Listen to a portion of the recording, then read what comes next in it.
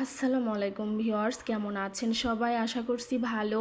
আমরাও আছি আলহামদুলিল্লাহ ভালো। সকাল সকাল ভোরে উঠে আসছি বারান্দায়। এই যে গাছে ফুল ফুটে গেছে, গাছগুলো অনেক সুন্দর হয়েছে মাশাল্লাহ। আর এত রোদ উঠেছে আজকে, এটা কিন্তু সকাল 7:30টার সময়।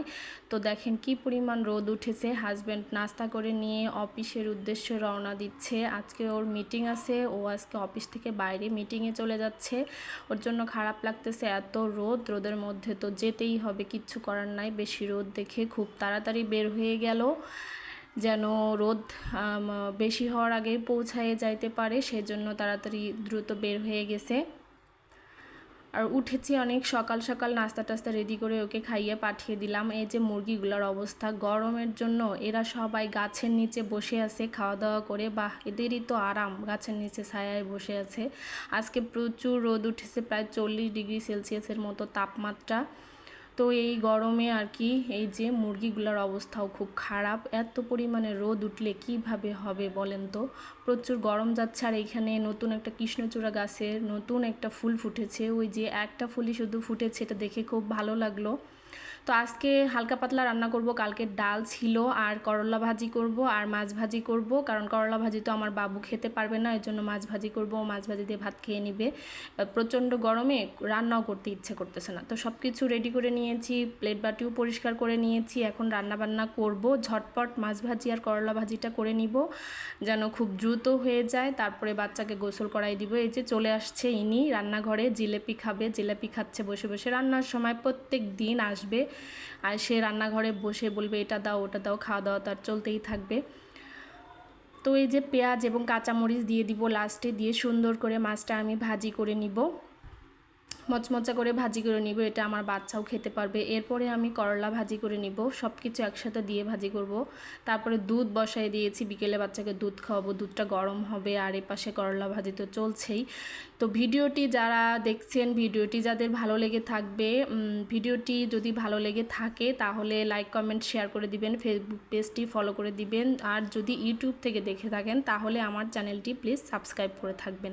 ফেসবুক পেজ থেকে যারা দেখবেন একটু বেশি বেশি করে শেয়ার করে দিবেন ভিডিওটা, এবং কমেন্ট করবেন আমার ভিডিওগুলো কেমন লাগে, অবশ্যই কমেন্ট করে প্লিজ জানাবেন। তো আমি সব কিছু একবারে দিয়েই করলা ভাজি করে নিচ্ছি, যেন খুব দ্রুত হয়ে যায়, কারণ প্রচণ্ড গরমে রান্নাঘরে থাকতে ইচ্ছে করতেছে না। এই যে আমার বাবুকে গোসল টোসল করাইয়ে দিয়ে ওকে বলছি একটু শুয়ে থাকো, আমি বাকি কাজ করব, রুম গুছাবো, ঝাড়ু দিব। কারেন্ট থাকা সত্ত্বেও চার্জার ফ্যান দিয়ে দিচ্ছি, কারণ বাইরে আজকে প্রচুর বাতাস আছে, যার জন্য ফ্যানটা বাতাস এসেই বন্ধ হয়ে যাচ্ছে। এই জন্য আর কি ফ্যানটা দিয়ে, চার্জার ফ্যানটা দিয়ে উপরে ফ্যানটা বন্ধ করে দিলাম।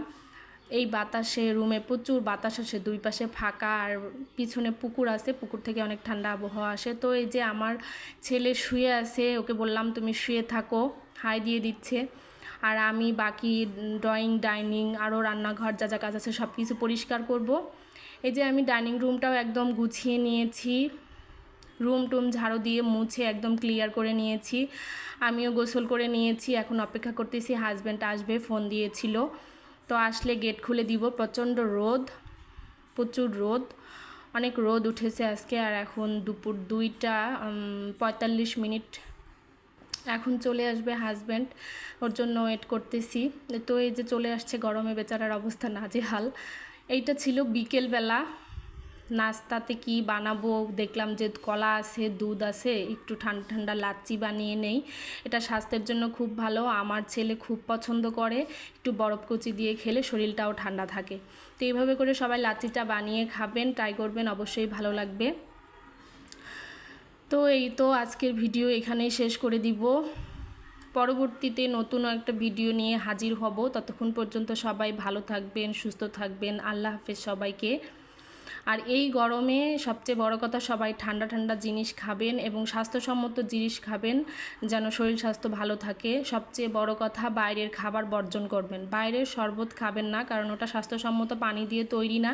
আর সবচেয়ে বড় কথা, আপনার যদি বাচ্চা থাকে, ছোট বাচ্চা, তো সবসময়ই চেষ্টা করবেন যে ঘরে খাবার তৈরি করে দেওয়ার, তাহলে বাচ্চাদের শরীরটা ভালো থাকবে। এই গরমে ওদের বাইরের খাবারটা আসলেই দেওয়া উচিত না।